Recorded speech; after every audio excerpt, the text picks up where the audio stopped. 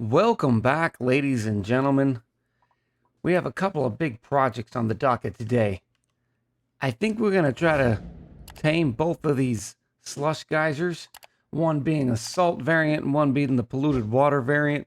I had a couple recommendations on which way to go. The lion's share is basically saying, well, the cool salt slush geyser has more water. As you can see, based on what the slush geyser says right now, 4,910.8 grams per second. The eruptions period is 476 seconds every 958 seconds. But what we don't know is the active period. From first look, yeah, this salt slush geyser may produce more compared to this polluted water cool slush geyser because it's only at 3,616. But what if the active period for the polluted water cool slush geyser is 99 cycles out of 100? Whereas over here, the active period is 1 cycle out of 100. Well, then we would know that the cool slush geyser polluted water variant produces a lot more water. We're going to be taking a look at that before we make our final decision. But we do have another issue. We only have 6 duplicates. And I've been tagging this printing pod all the time trying to find good duplicates, but we don't want some shoddy duplicate just because they're labor. So I'm going to be keeping my eyes out for more dupes.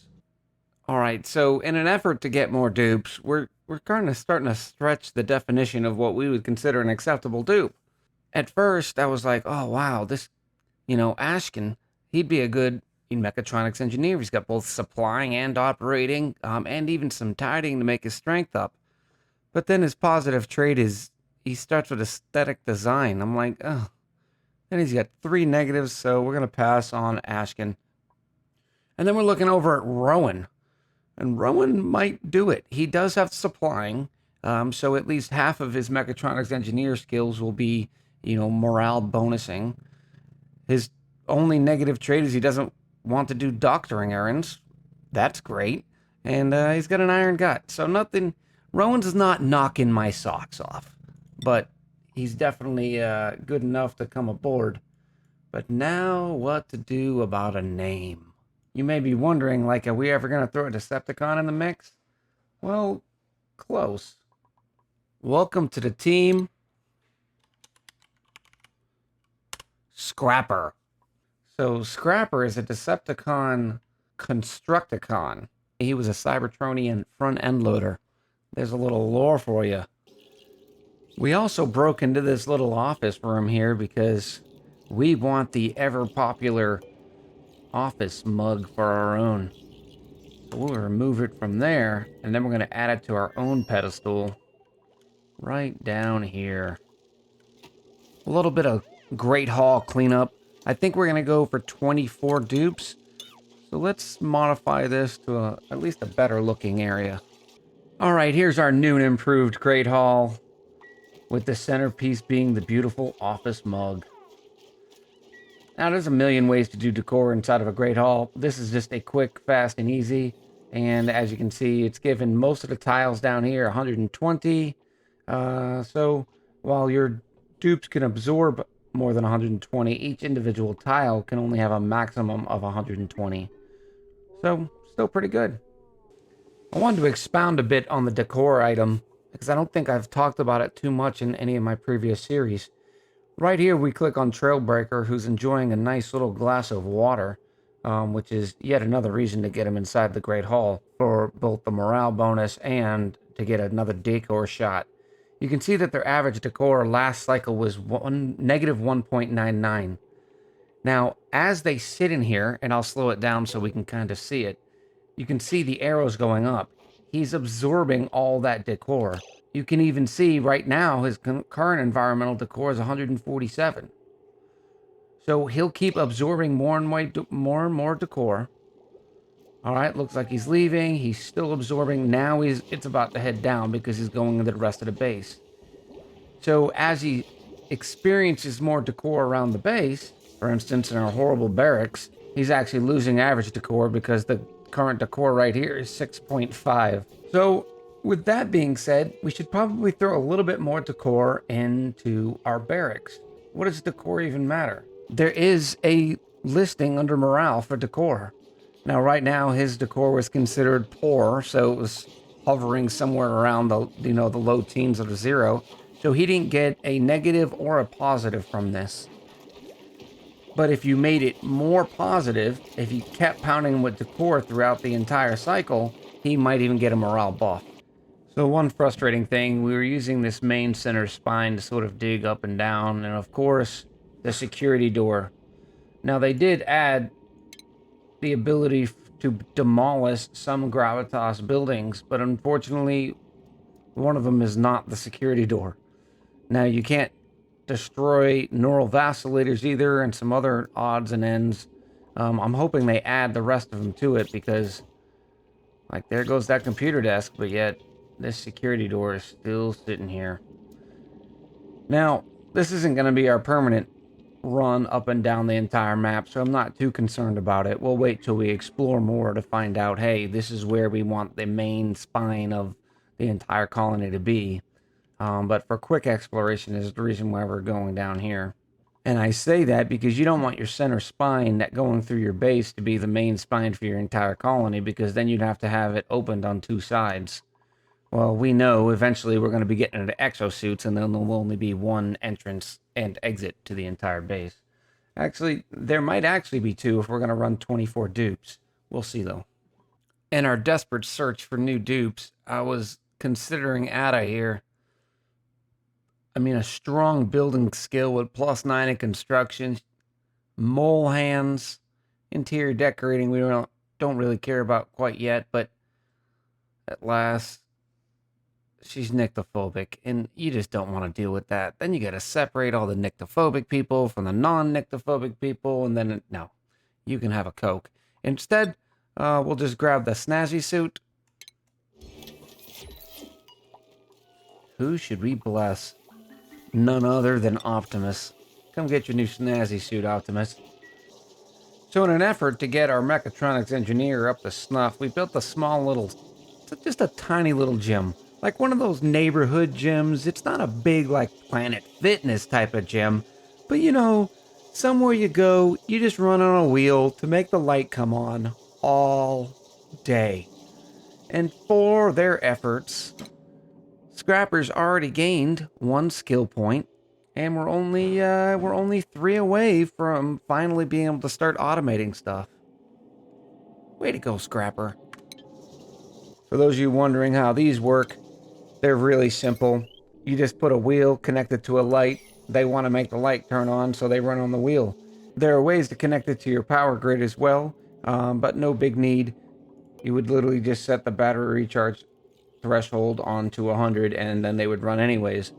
We're doing just fine on power. I'm not too concerned about it. And then on the door, you just make sure no one can come in except those folks that you want to be doing the running. So in this case, no one's allowed in except for Scrapper. Here was another rejected dupe. We were almost grabbed Nisbet, +10 to supplying, early bird and uncultured, but building impaired. That means Nisbet would start off literally with a -3 in construction.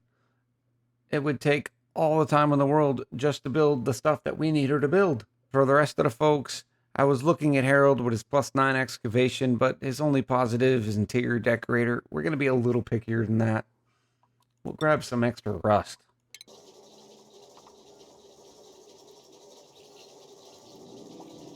Now, we've been doing a bit of exploring. I decided that for each of these tundra biomes, I wanted to come into them from the top. So we literally have gone all the way up here, all the way over, and then we're going to build that ladder segment down and be able to analyze each geyser. I did this for a couple of reasons. One, because when this water all starts melting, we want this nice, beautiful abyssalite to kind of protect the biome. The second reason we did it, we want the igneous rock. Beautiful igneous rock. It's what we're going to be feeding our hatches, so we want the more the merrier. Speaking of which, on down here, we actually found our first minor volcano, which this is great news because this is also eventually going to produce us our beautiful igneous rock. Not to mention the magma biome we will turn into, yes, you guessed it, igneous rock. There's something over here, and based on the fact that it's only 3 wide, I'm guessing that's a minor volcano as well. We will see. But additionally, we found another neural vacillator. Let's see what old Optimus is going to get this time, shall we? Here he goes. And we're done. Deep diver's lungs. Beautiful, minus 50 grams per second on the air consumption rate.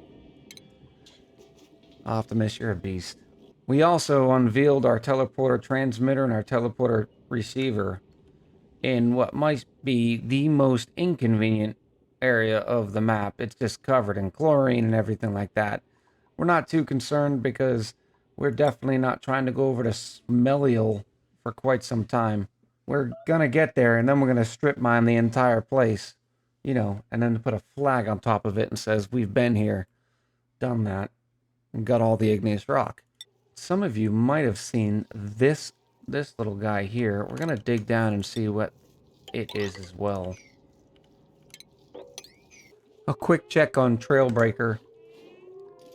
We're monitoring his decor, and now that we've done a couple of other modifications, his average decor is above 0. And because of that, he's now getting a boost for having mediocre decor across the colony. Because of his average decor being above 0, I guess it ends up into being in the mediocre range, and for that he gets a +1 to morale. The improvements we made are just, we built a couple of other barracks, and we put a bunch of ugly bluff briars above them. Now, why these ugly plants provide decor, I don't know. I think they are the ugliest plant that we have. My personal favorite is the beautiful mirth leaf. I definitely can't talk about the plants in ONI without discussing the bliss burst. Bliss burst is also another one of my favorites. They're just a little bit more rare. Then there's the mighty Jumpin' Joya. The great thing about the Jumpin' Joya, it's a little cactus looking thing, but it can go from 0 to 100 degrees. So even in some of your hotter bases, you can still run Jumpin' Joyas. Okay, this is not opportune. This ended up being our major volcano. Now don't get me wrong, I love major volcanoes, but did it really have to go right next door to our cool salt slush geyser? Well, at least we found it. Alright, we've made it down here, so we're going to start the analysis of our salt slush geyser. We're also going to make sure that we dig all of this out. We want this to be nothing but water. Now, it's always going to be a mess when you're working through these biomes, because you're going to have brine and salt water and polluted water and regular water, but that's not a huge deal. Alright, that ought to do for a little while. Now this will 100% end in a few different cases of hypothermia. Not a big deal. For just being in the cold, the chilly surroundings gives the dupe just the added stress. And you can look at the clothing they have. You can probably put them in one of those sweaters. That would help out a little bit. But the stress itself is okay as long as you have a good colony that takes away stress. You're fine with chilly surroundings. All right, Joshua. I think we're definitely going to take a Joshua. Building is +9 construction, plus grease monkey. The only negative is they have some allergies to the floral scent. We will be running a few bristle blossoms later when we're running our shine nymph farm. But for right now, this is fine. Welcome to the colony, Starscream. Now, we're not going to throw Starscream into the gym. If we were running exosuits and we needed the dupes to have a higher athletic skill to get in and out of the base in order to be able to operate efficiently outside the colony, well, that'd be different. Then we'd throw everybody into the gym to make sure their athletics was high enough. But the only reason we're running Scrapper through this is because we want the skill points as quick as possible, so we can get our mechatronics engineer. We'll just let Starscream run around and do whatever he needs to do, and he'll get there when he gets there. New dupe time, and it looks like we actually have a winner in Marie. She looks like an excellent candidate for our future rocketry program. She has 3 positive traits, which it's always good seeing that many positive traits, but none of them are really the knock your socks off type of traits. Iron got interior decorator and germ resistance. But the negative's not too bad either. Critter aversion. And quite frankly, we have our ranchers right now. We'll probably get more, but we don't need Marie to do any ranching. Now, what about a name? Elita. I know there's a better than good chance that a lot of folks just went and Googled who Elita is in the Transformers universe. Enjoy that beautiful Transformers lore.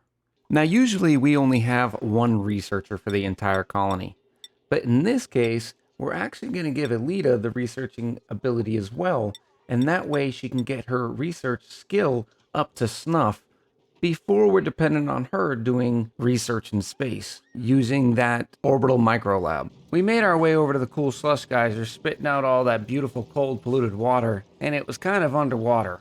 I didn't want to start analyzing it now, so I figured we'd do the dig mission here first and then analyze it at the end.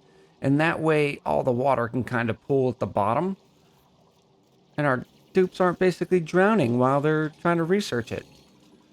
Now, this tundra biome unfortunately had an abyssalite break, and it's over here with this point of interest room. So what we'll do after we dig all this out, we'll go over here, demolish all this, and then insulate it out. Probably with a couple layers of insulated tiles. So earlier we looked at chilly surroundings, which 10% stress per cycle, not a big deal. Hypothermia, on the other hand, is and can be a big deal. Notice here, Wheeljack's gotten hypothermia. I can't imagine why. And it's a -5 to science, machinery, construction, and cuisine. Why cuisine? I have no idea, but... And plus they have sneeziness. I managed to pause it right in a point where old Wheeljack was sneezing. And you can see by the bubbles, this is where the sneeze kind of goes to. So it's like a 3 wide by, 2 above radius of the sneeze. There's not much inside the game itself that tells you what sneeziness does. Now, I have seen that when they are sneezy and they have some diseases, it'll spread those diseases. But for the most part, according to the wiki, it just annoys other duplicants. Looks like we found another potential dupe. Nicola here has operating, supplying, and digging. An iron gut is negative. I'm not crazy about bottomless stomach, especially as we're growing and expanding and waiting for our hatches to kind of pick up. But we'll make do considering the 3 interests are so strong. Welcome to the colony hoist. We finished analyzing the cool slush geyser. Here's the math. Here's the way it comes out to have that final number that we really care about.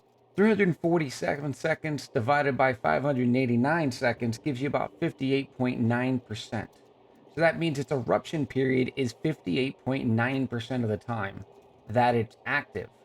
Now it's active 115.2 divided by 164.3, which gives you 70% of the time. It's 70.1. When you take the 58.9, you multiply it by the 70.1 times the amount of polluted water that it's producing, you get a final total of 1,493.17 grams per second. So for rough math and memory, we can remember that this will produce 1,500 grams of polluted water per second forever. Now on the cool salt slush geyser on the other side of the math works out as follows. You take the 476 seconds, you divide it by 958, and you get about 49.7% of the time is its eruption period. During its active period, which is 61.6 divided by 91.9, which is 67.6% of the time. Now, when you take all that and you multiply it by the 4910.8, you get a grand total of 1,649.8 grams per second. So it does beat out the cool slush geyser by about 150 grams per second. So the long story short, while we're definitely going to tap into both, I think we should start with the cool salt slush geyser. Now, it's not just because of the amount of water it produces. Using this cold salt water is going to give us salt when we throw it through the old desalinator. And then we're going to take that salt and we're going to make table salt and give it to all of our wonderful dupes. And it's going to be great. There's going to be little table salts all up in the Great Hall, and everybody likes table salt. So, while the answer ends up being the cool salt slush geyser, it ain't because of a min-maxing sort of situation. It's because I want my dupes to be able to salt their food. Don't judge me. We care about our dupes in these parts. In preparation for that news, we've dug out an area right above the cool salt slush geyser. This is where we're going to put our oxygen setup. We're not going to go anything fancy for right now. We're just going to go with the standard electrolyzer Rodriguez setup. And the great news, considering we had so much space up here, is the reason why we went here. But one of the intrinsic benefits is it's so cold that the oxygen coming out of here will actually help keep our base cool. Now the dupes are starting to come in hand over fist. I got to start looking at food. Turner here is a classic builder digger, and he's got early bird. His only negative is just, he doesn't like the flowers. They cause him to sneeze. Well, welcome to the colony grapple. In preparation for our Rodriguez building, we need a lot of gold.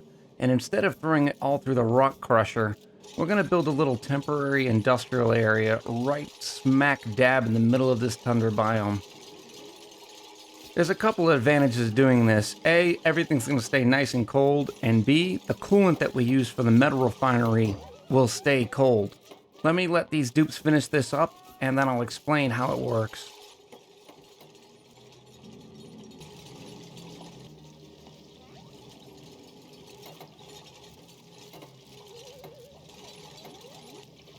Alright, the premise is simple. This liquid pump takes the coolant, or in this case polluted water, and whatever mix of cold water it has, and sends it directly to the metal refinery. The metal refinery does its business and then sends out the hotter water straight up out of this vent. And so this area will start to get warm, whereas this area will stay cool. Namely because this cool slush geyser keeps erupting and throwing more cold water down this way. Now the temperature change is not that big of a deal because this cold water will stay cold enough and keep this area warm. You could technically run a system like this for hundreds of cycles with no trouble. We definitely need to put in the automation wires though to make sure the cold generators only come active once the battery needs it. Set this battery at say 95/60. The only thing that would make this better is if we had one of these awesome auto sweepers right here. And that way it could keep the coal generators full of coal that would be put in the storage bin. But alas, we're still waiting for that mechatronics engineer. Old Scrapper is so close. He's halfway to his next level, and then we'll be there. And we can actually start in the business of automating everything.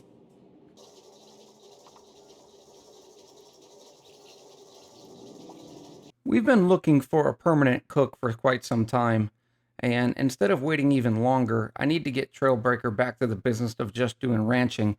We're going to take Camille. Camille's got a +3 to cuisine, so she'll get even better at it, but she also has the benefits as well of being a builder digger with early bird and a little bit of caregiving, and the only bad thing is they're biohazardous. Welcome to the colony, Prowl. Now with that, we can take Trailbreaker off of cooking and just put Prowl. Now that we've got our steady source of gold coming in, I think it's about time to start on our Rodriguez. We'll start with insulating everything up and then throwing everything in, and it's going to take the dupes quite a long time. For one, we still need a little bit more gold to do this. For two, we're still a little bit behind on all the chores. Let me get working on this and I'll update you in a minute.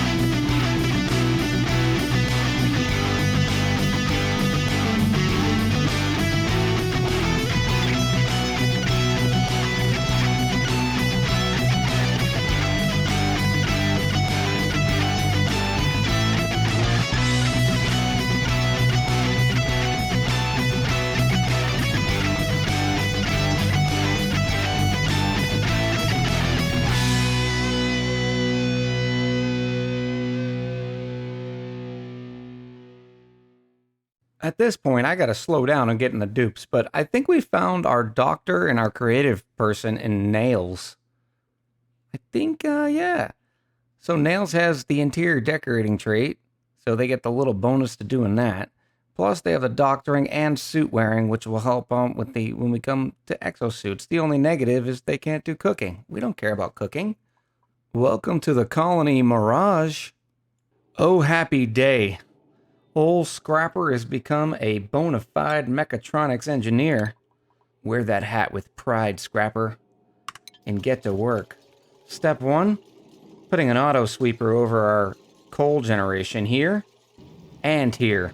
Now that we have this auto sweeper in place, the only thing left for us to do was set the coal generator down on a priority of 3. That way the dupes will hardly ever come over here to try to load up a coal generator. I also put this storage bin on a 4, so when they get some time, they'll come throw some coal in the storage bin, and that way the auto sweeper always has fuel to source it with. Okay, wow, did this one take me a little while.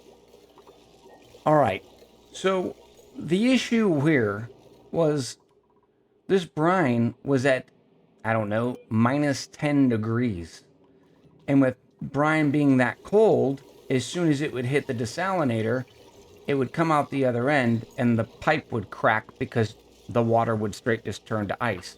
Because remember, water has a higher freeze point than brine.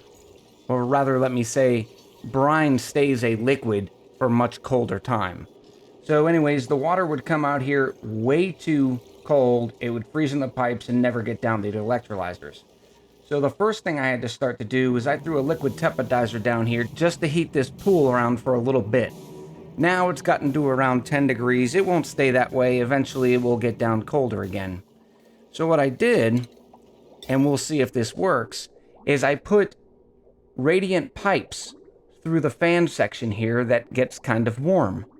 So now the salt water will come in and warm up before it goes to the desalinator.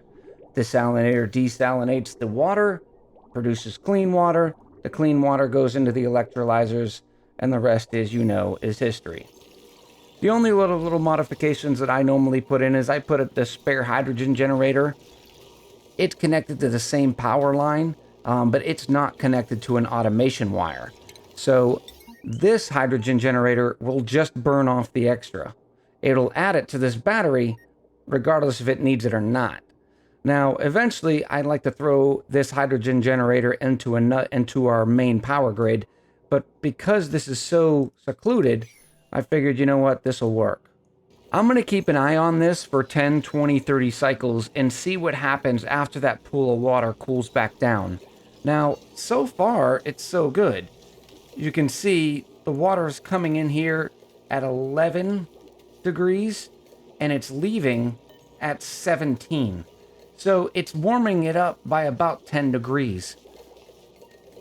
Now, as long as these fans and electrolyzers keep working and making it warm in here, this should be plenty to get it from the minus 10 degrees it likes to be to at least above 0 to where the desalinator can continuously work it. We will see. So I believe, I don't know until I look at the footage sometimes when my stopwatch gets all messed up and I lose track of time. I think I've gone way over in footage. But we have another exciting episode coming up next. I mean, we finally have someone with mechatronics engineering. And already it's helped a world of a difference because our beautiful auto sweepers are now just loading up the coal generation. But we got many more things. We're going to automate the complete absolute snot out of the stone hatches. Everything's going to be automated. Not only do we have the automation to look for, we also need to start pumping this oxygen into our base. We need to add exosuits. It's going to be great. I hope you're excited. I know I am. Talk to you soon.